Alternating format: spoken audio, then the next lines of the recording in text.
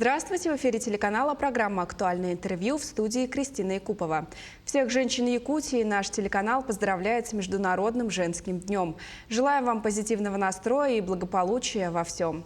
Накануне этого праздника в Якутске завершил свою работу 15-й съезд женщин Якутии и Дальневосточный женский форум. Мероприятия были посвящены Году матери и столетию образования ЯССР. Что удалось претворить в жизнь по итогам предыдущего съезда и какие наметили планы на будущее участницы нынешнего форума, гостья студии Анжелика Андреева, председатель Союза женских организаций Республики. Анжелика Егоровна, здравствуйте. Здравствуйте. Были ли выполнены задачи предыдущего съезда, чем гордятся женщины Якутии сегодня и что удалось претворить в жизнь?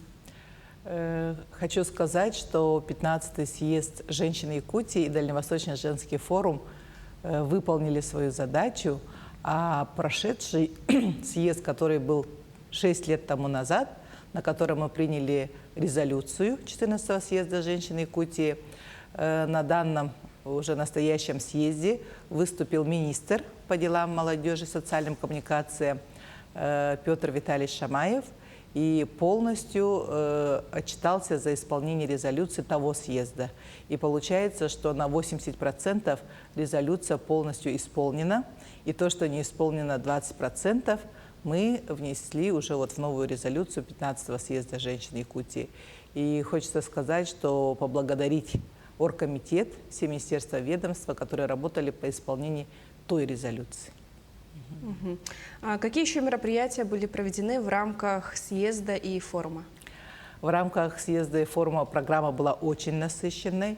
У нас прошло 14 стратегических сессий. Было пленарное заседание и подведение итога документа Дальневосточного женского форума. Мы подвели итоги 15-го съезда женщин Якутии. И также параллельно у нас проходила и ярмарка большая народных мастериц в ДК имени Кулаковского, и культурная программа, медицинский осмотр для делегатов съезда. И делегаты все очень довольны. Расскажите, какие вопросы ставили женщины на многих площадках съезда? Вопросов было очень много, начиная от наших северных районов, промышленных районов и заканчивая тем, что наши женщины именно в самые трудные минуты могут сплотиться. Это начиная в такие сложные моменты для республики, как наводнение, как пожары. Пандемия у нас очень прошла сложная, и именно врачи, медицинские работники приняли на себя такую большую ответственность, на себя приняли.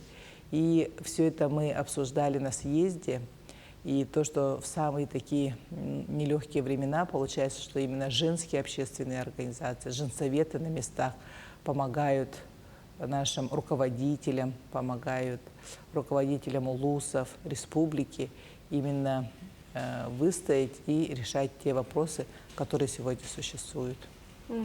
По материнству и детству женщины выступили с законодательными инициативами. Что было предложено? У нас прошла очень плодотворная стратегическая сессия по демографии. Тоже хотим от имени женщин, общественниц поблагодарить Министерство труда и социального развития, лично министра Волкову Елену Александровну. Мы обсудили очень актуальные вопросы, особенно по семейной и демографической политике. Что сегодня самое главное, необходима поддержка многодетных семей. Прозвучали также вопросы об отдыхе, санаторно-курортном лечении. Именно путевок для дальневосточников – это мать и дитя или какой-то семейный сертификат, да, для многодетных семей. Сегодня ставились вопросы именно поддержки молодой семьи. Особенно то, что сегодня на Дальнем Востоке поддерживается по жилью. Да?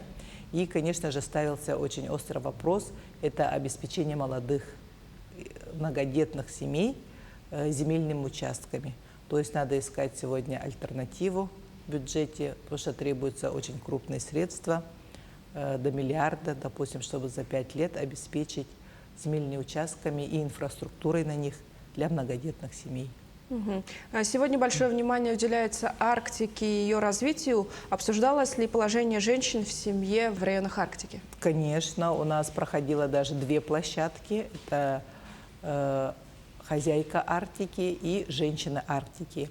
И межрегиональная общественная организация у нас есть «Женщина Арктики». Она создана 3 года тому назад, и возглавляет ее Старостина Ольга Валентиновна. Она является представителем Ненецкого автономного округа. И в нашей республике «Женщина Арктики» возглавляет Иванова Лена Степановна, глава Оленёкского и Нукийского национального улуса.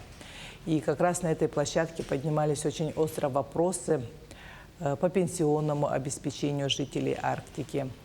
Также поднимались вопросы по, обеспечению детей проезда. Благодарили за то, что сегодня принята программа на уровне Российской Федерации «Дети Арктики». И думаю, что Елена Степановна, Феодосия Васильевна, Головарева Елена Христофоровна как раз наши те активные женщины, которые все эти годы занимались вопросами и детей Арктики, и женщин Арктики. И думаю, что на уровне Дальнего Востока мы приняли свой итоговый документ по Дальневосточному женскому форуму. И те вопросы, которые прозвучали с Магадана, с Еврейского автономного округа, те вопросы, которые прозвучали с Амурской области, Хабаровского края, мы тоже будем вносить уже в нашу резолюцию и направим, конечно же, в органы государственной власти, Государственную Думу Российской Федерации, те вопросы, которые сегодня стоят перед женщинами Дальнего Востока и всей Арктики. Мгм. Обсуждались ли актуальные вопросы, связанные с международным сотрудничеством и развитием народной дипломатии, особенно учитывая сегодняшнюю ситуацию в Украине? Действительно, тоже от имени наших женщин, которые очень хорошо сотрудничают на международном уровне, хочу поблагодарить Божидонову Анастасию Николаевну, Министерство внешних связей, что провели очень такую насыщенную тоже площадку. И отличием было то, что у нас на площадке, то есть съезд проходил не в очном формате, как мы раньше делали, а в ограниченном количестве. Было избрано же у нас 500 делегатов, из них 200 участвовали очно и 300 в онлайн. И в общем получается, что приняло участие на съезде, включая все площадки, пленарные заседания, в онлайн заходили, смотрели, задавали вопросы 2046 женщин. То есть это для нас большое достижение. Если мы раньше собирались 600 человек, 500 человек, обсуждали эти вопросы, то сегодня в онлайне приняли участие и внесли свои предложения, задавали вопросы 2046 женщин, и каждый голос делегата должен быть услышан. Это говорит о том, что состоялся очень открытый разговор, открытый форум. И как раз на площадке «Международные отношения» было очень много выступлений как из Республики Саха-Якутия, также наших соотечественников, которые сейчас за рубежом. Были очень хорошие проекты по народной дипломатии. И, конечно же, стоял вопрос и о защите Российской Федерации. Полностью поддержали нашего президента Владимира Владимировича Путина. Его выступления полностью были поддержаны. И, конечно, для нас всех, для женщин, для матерей, для семей хотелось, чтобы быстрее закончилась эта война. А какие ключевые моменты вошли в резолюцию съезда? По итогам, 14 площадок у нас были на пленарном заседании выступления. И, как я уже сказала, у нас будет 2 документа итоговых. Первый – это итоговый документ Дальневосточного женского форума. Поступило очень много интересных предложений, и которые мы можем совместно решить на Дальнем Востоке для наших семей, детей, отцов. И также приняли резолюцию 15-го съезда женщин Якутии. Поступило очень много вопросов, и как раз мы на съезде избрали редакционную комиссию и поручим полностью редакционной комиссии все-таки скомпоновать, сделать ее более такой компактной, и все предложения будут учтены, и где-то, допустим, наверное, в течение недели или 2 недель резолюция 15-го съезда женщин Якутии будет готова. И мы бы очень хотели, чтобы на уровне правительства также было принято распоряжение правительства о реализации 15-го съезда женщин Якутии. Анжелика Егоровна, спасибо, что пришли к нам в студию и ответили на наши вопросы. Итоги 15-го съезда женщин Якутии мы обсудили с Анжеликой Андреевой, председателем Союза женских организаций Республики. Оставайтесь на нашем телеканале.